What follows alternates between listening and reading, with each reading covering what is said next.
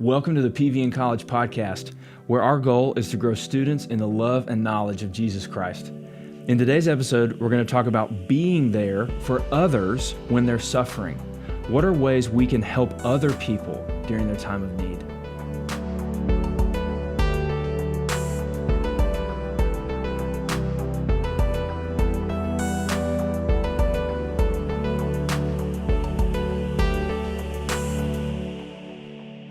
Our guest today is Fredo Reyes. Fredo, welcome to the podcast, man. What's up, man? You doing all right? Dude, I'm doing well. Cool. It's good to see you again. Good to see you too, man. Again. Things going okay? Yeah. Haven't had a haircut since the pandemic started, so I'm feeling a little raggedy, but it doesn't look raggedy. Thanks, man. It looks awesome. Appreciate it. Okay, so today I'm glad you're with us today because we're talking about something very, very unique. We're talking about helping other people when they're suffering. Right. Not so much ourselves, and I'm sure that'll be in a different podcast, but there are so many good resources out there. Here's why I wanted to do this. There are so many good resources out there for Christians when we're the one suffering. Right. When you're the one going through the ordeal, here's a book, here's 50 books, here's 50 podcasts, here's all these different things for when you're suffering. But I've found in my own life, right? In my own life, when I see other people suffering, I struggle empathizing with them. I flip a switch and I'm not as good a listener as I used to be. I become very impatient, and the list just kind of goes on and on. But when I'm suffering, my theology is airtight. Right. I've got all the books open. The prayer life is great.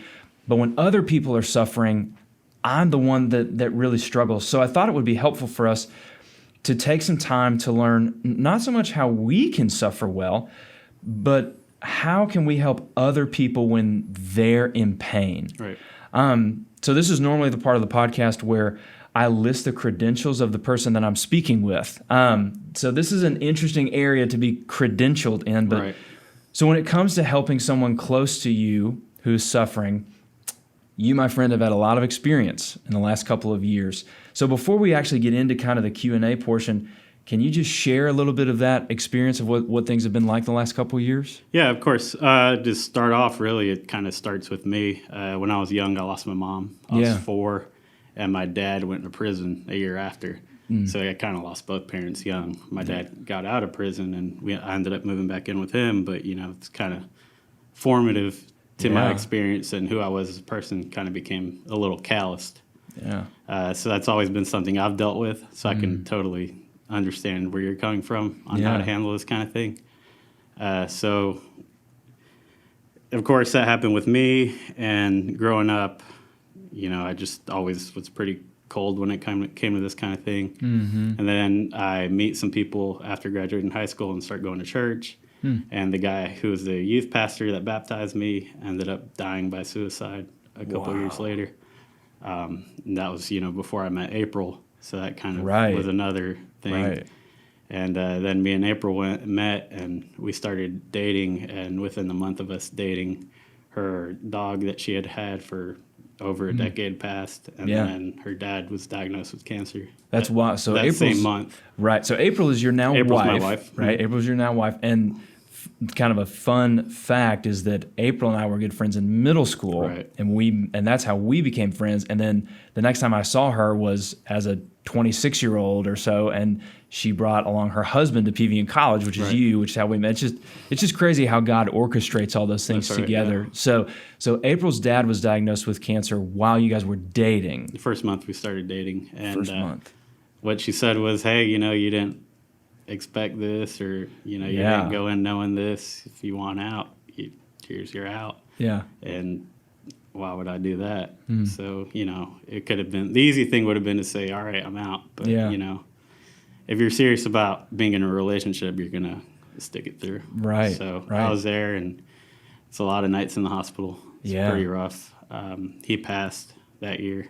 Right. So in December. He died within a year of his diagnosis? Within a year. Okay, got it. So he was diagnosed in March of, I have to keep up with the years because it all kind of runs together. No, sure. 2013, and then he passed in December of 2013. Wow. Okay, gotcha. And, after that happened, it's kind of tough. She would ask why. Right. That was her dad. Right. And we got married in 2016. 2 years later, in November of 2018, one of my best friends dies in a car wreck. Oh, that's right. Cody. Yeah. And 3 months later, 2-3 months later, in January, her mom passed away. April's mom died. Suddenly, right? Yeah. It wasn't any kind of disease or anything. It's just right. cardiac arrest is what we were told. Yeah. Well, and the reason I wanted you to kind of walk some of the listeners through just kind of a snapshot of what you and April have been through is, it's one thing for, me who has lived a relatively, everyone goes through their own brand of suffering or their own type of suffering, but it really means something to people. Someone who is not in a season of suffering, who is talking about how good God is all the time, it's very easy for people, especially non-believers, to look at that and say the same thing that Satan said about Job at the beginning was, of course Job worships you. Look at everything he's got. He's got the 401k in the garage, and he's doing great. Like he's doing so well. But when you take things away from him, that's where the real thing is. Right. And so I think it's just such a strong testimony when we hear believers who have been through it talk about how Jesus actually has helped them in the midst of the suffering, and they've grown in the midst of. I just think that makes the message. It makes Jesus real. Does that make sense? Is that the right way to say that? I mean, absolutely. To me, the only way we made it through was through Jesus. When they passed, it wasn't. It was sad and we grieved. But it wasn't just a grief session. We celebrated their life, and we had peace in knowing that they were being called home. Yeah. It's not just you're dying or you died. Right. You got called home. Right, for sure. Well, okay. So Fredo, let's get into it. So you've got let's go with 4, if that's cool with you. Yeah, that's cool with me. So 4 things that you have learned about being there for someone else that is suffering. So you had a spouse who really experienced some deep trouble, which is weird, which is a weird place to be. And I think because my wife has lost her dad as well, and that was a couple years ago for us.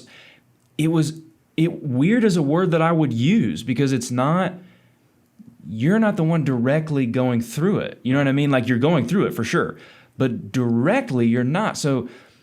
And that's just a strange space to navigate. So if you can help us, what are 4 things, maybe 4 tools or concepts that you think it would be good for other people to know about being there for someone else who's going through it? Well, I kind of latched on to the word grief. That's kind of, when you talk about suffering and the kind of suffering we've gone through, a lot of it is grief. And one of the main things to me you have to realize is that everybody's grief is valid, no matter where it's coming from. Someone could lose a treasured pet, and that's just as valid of grief or suffering as someone's parent passing. Yeah. You just don't know the level of connection there was there. Some people just connect differently to different things, and everybody's grief is valid.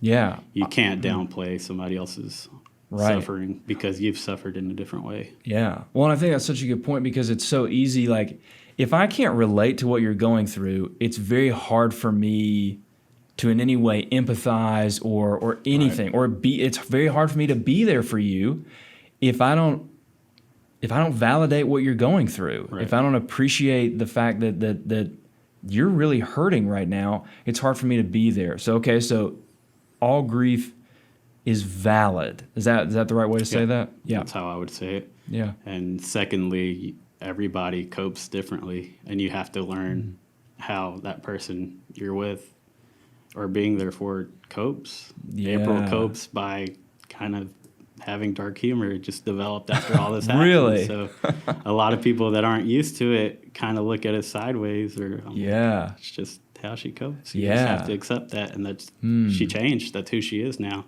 Yeah. And that's another thing. You just have to accept change. Yeah. People will change because of suffering. Well, and to your point that's such a good point in terms of everybody copes differently. And that's really particularly hard when either your spouse or the person you're dating, or maybe it's just your best friend, when they cope differently than you would cope. Right. You know what I mean? Exactly. Because that's where, like, I don't know about like you and April, but like Kristen and I would cope with things very, very differently. I'm very much the wear my emotions on my sleeves kind of thing. We've got to talk about it. Let's talk about it. Why can't we talk about it? You know, and Kristen is not that. Kristen needs to check out a screen and decompress and get some time on her own. Like, and that there's a tension there because now you're grieving, obviously, and I'm frustrated because I don't understand how you're grieving. Right. You know what I mean? Like, how do you? Yeah, go. I'm the suffer in silence type. I just need to be left alone. And Yeah. I'm just gonna be sad for a little bit. Yeah. And I just need to do that alone. If your friend, and I know I'm putting you on the spot here, but if you have a friend who grieves differently than you do, what advice do you have for that person? All right, my friend is going through a really hard time. I'm trying to be there for him, but they just are grieving in a way that is totally foreign to me. What should I do then? When it comes to this type of thing, point blank, you just have to ask, hey, I know you're struggling or you're going on, you have this going on. Like, how do you deal with this? How can I be there for you? Do you need to be left alone? Do we need to go see a movie? Do we need to just take your mind off of this? Like, what can I do to help you? You have to listen. You have to be intentional about being there for somebody. That's my third thing. You have to be intentional. So making the effort to, because I think you're right. Like, so to keep that same advice of people who are grieving differently. All right, now I'm being intentional. I go to you, you're grieving, I'm trying to be there for you, and you just want to be left alone. The most intentional, loving thing I can do then, even if it pains me, is to give you that space. Yeah. Is that right? And you have to learn those things and not have your feelings hurt by it. Yeah. Like, you have to accept that, hey, that's how they cope, that's how they handle this sort of thing, and it's not on me. It's nothing I'm doing, that's just how they handle these things. Right. You're not doing anything wrong. Right. It would be wrong for you to keep pushing and try to get them to, it would be wrong for you to keep pushing and try to get them to grieve on your terms. Right. Is that right? Does that make sense? Because that invalidates their grief. Yes. Okay. All right. I'm trying to connect the dots, Fred. This is really, so all grief is valid, right? Being intentional. And then the second one, I guess, like you had talked about, was people grieve in different ways. Is that right? Yeah, they kind of all blend together. That's good. The main umbrella thing is being intentional, You also have to learn some things that you really don't think about. Like, I have to remember the days that these people passed. Because I know I may be having a great day at work or have some great news, but if she comes home from work and I'm happy-go-lucky and I totally blanked out on the fact that this week is the week of the anniversaries, that's really inconsiderate and insensitive of me. I have to be intentional in memorizing those days and knowing that these are times for me to be there for her. Right. Oh, man, so helpful. All right. Dude, this is awesome, and we've got time. So is there another one that you could throw out here, another piece of advice? You need to grieve yourself. Like, you have to learn that you can suffer too. Just because they're suffering doesn't mean that you're not allowed to either. And you need to remember that, because if not, you're going to bottle that up and it's going to come out. Yeah, and that, I think you're right. And if you are trying to internalize all that, it could, worst case scenario, I think you could pop off on the one that you're trying to be there for in the first place. Well, example for you, one of my best friends died. Right. And her mom died. Right. I'm still allowed to grieve for my friend. Yeah. Even though those dates are so close. And, we can grieve together. Yeah. But I'm allowed to grieve. Right. It's her mom, but it's also my best friend. Right. And just being honest in that weird space together of hey, this is how I know this is how you're feeling, but this is also how I'm feeling as well. And that can be so hard. And I think, to your point, this is where I think, to me, it's obvious that we just can't do this in our own strength. Right. We've got to. Can you just speak for a second about, all right, it's a horrible day for me and for her for two totally different reasons. We're grieving in different ways. You light that fuse and it's going to be trouble. You know what I mean? Yep. but Christ comes. What role does Jesus play in that hard situation? Just kind of have to know that there's a reason these things happen, and you really have to have faith. The definition of faith is giving your full trust in something. Yeah. And you have to have faith in the Lord that these things happen for a reason. And even though those things happen, he's still good. Yeah. Like, he's still there for us. Right. He still loves us, and we have to find peace in that. Right. And, you know, a big thing for us was worship music. Like, Really?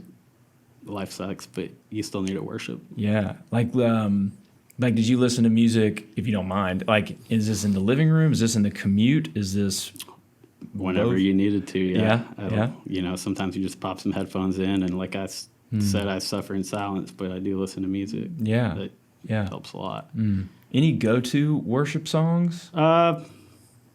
It's okay A lot if of not. Hillsong United. Really? Yeah. man, I love Hillsong. No school Big like the fan. old school, man. So Completely. A lot of that, but it's kind of whatever is good for you. Yeah. And it, you know, it's not necessarily just worship music either. Whatever Yeah. helps you, because you know we've all been given gifts for a reason, and to appreciate those things to me is an act of worship. Yeah. Like maybe you're listening to a podcast about something you find interesting. Like that could be an act of appreciation of the gifts somebody's been given, an act of worship.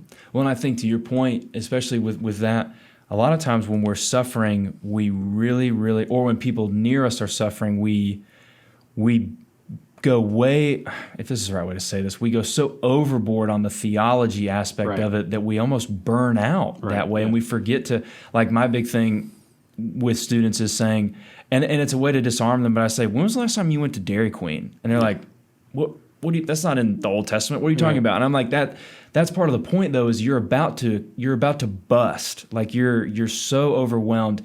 You've got to go out and just like do something that you enjoy to decompress, right? To let that out. Is that fair to say? Absolutely. Yeah. You know, you need to find those things that get your mind off of it too. Because if you only focus on suffering, you're just going to keep suffering. Yeah. Yeah. You know, it's okay it's okay to be happy when you're suffering. Yeah. And that's, you know, something you have to learn. Good advice. Yeah. Good advice, man. And I really like what you said about just practically for me is remembering that people grieve differently and being intentional to help that person grieve, because it's about them. They're the ones that are going through it, assuming you're not going through anything. Your friend is going through something. Your spouse is going through something. Being intentional and trying to be sure that they are allowed to grieve on their terms, be that with you or without you. Right. And I struggle with that because I want to fix it. You know, I want to help. Ryan, the best way you can help right now is to not help. Right. You know what I mean? And that completely fries my brain, but that's what Christ has called us to do intentionally, and to remember the days. Remember these sad anniversaries. It sounds weird to say it, but like, you need to put them in your calendar because you're gonna forget. Yes, it's not your right thing to remember. It's not engraved in your mind. Yeah, and I know when one of those days is coming because I can see it on her face. You can tell she's starting. I can tell it's she doesn't even know why she's upset, but I know it's one of those days. Let me ask you one more question, then we get into further resources. When my wife's dad was passing away, I was freaking out because I didn't know what to do. You know, I don't know how to handle it. And one of the things my dad said, which is where we got the title from this podcast, is for this particular episode, was he said, just be there. Right. Just be present. You don't have to. It's okay that you don't feel everything that she feels. That's okay.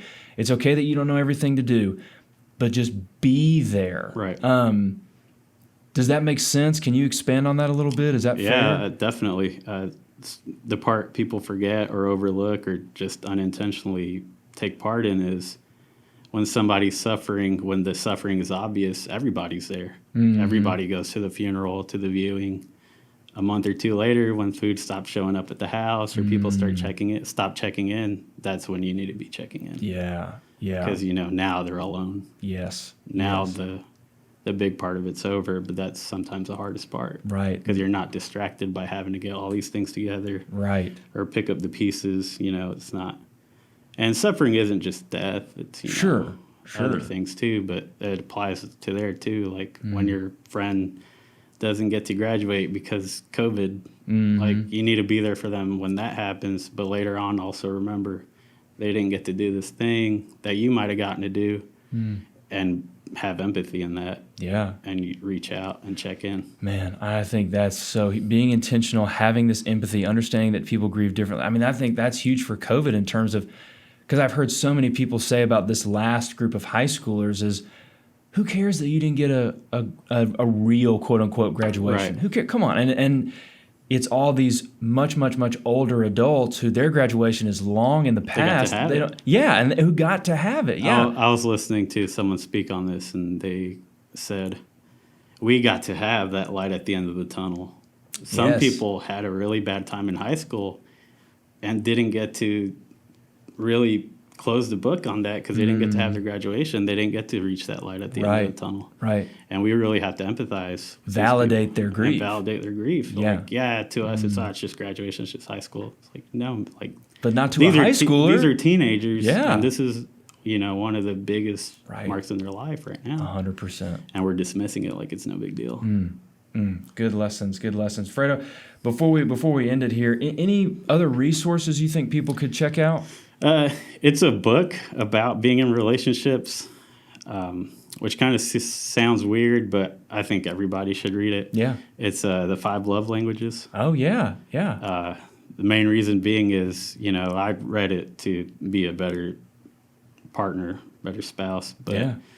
really, I wish I'd read it a lot earlier because it's taught me to be more intentional with everyone. Like, everyone loves differently, and we're called to love each other. Right. Everybody receives love differently, and we have to learn how each person we come in contact with loves. Yeah. And I think it's a huge deal to learn those things. I don't disagree at all. I would also recommend 2 books, one called Being There by Dave Furman, and another book called What Grieving People Wish You Knew by Nancy Guthrie.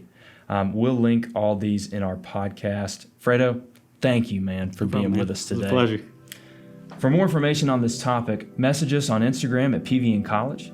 Listen to the PVN College podcast through Apple Podcasts or on Spotify. Watch this podcast on Instagram TV at PVN College or on our YouTube page, Pleasant Valley North. We love you guys, and we'll see you next time.